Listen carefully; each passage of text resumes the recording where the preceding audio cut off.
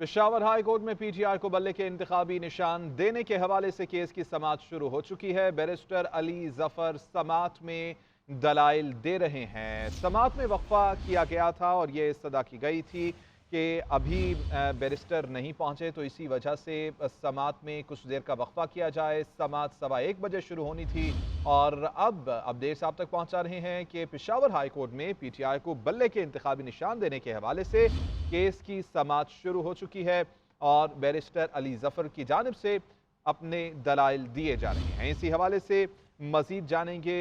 Bureau chief काशिफुद्दीन Syed हमारे साथ मौजूद हैं। काशिफ, बताइएगा, समाअत शुरू हो चुकी है बाकायदा? पीटीआई की इंट्रा पार्टी इलेक्शन के हवाले से सुबह से इंतजार किया जा रहा था वकला का, और वकला पहुंच गए हैं और समाअत शुरू हो गई है। पीटीआई के चेयरमैन बैरिस्टर गौहर खान और बैरिस्टर जफरुल्लाह अदालत पहुंच गए हैं और इंट्रा पार्टी इंतखाब केस की समाअत शुरू हो गई है।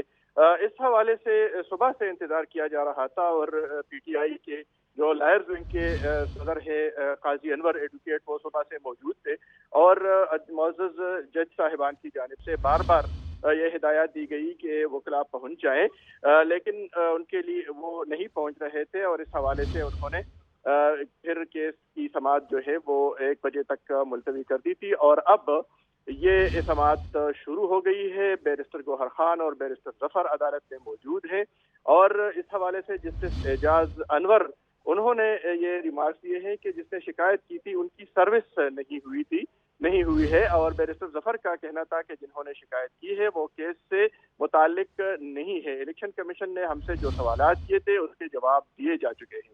तो समाअत इस वक्त जारी है और जस्टिस एजाज अनवर और जस्टिस अरशद अली वो इस केस की समाअत कर रहे हैं। जी ठीक है काशिफ, ये भी कहिएगा कि आज की समाअत कितनी लंबी हो सकती है, किन किन की जानिब से आज दलाइल दिए जाएंगे?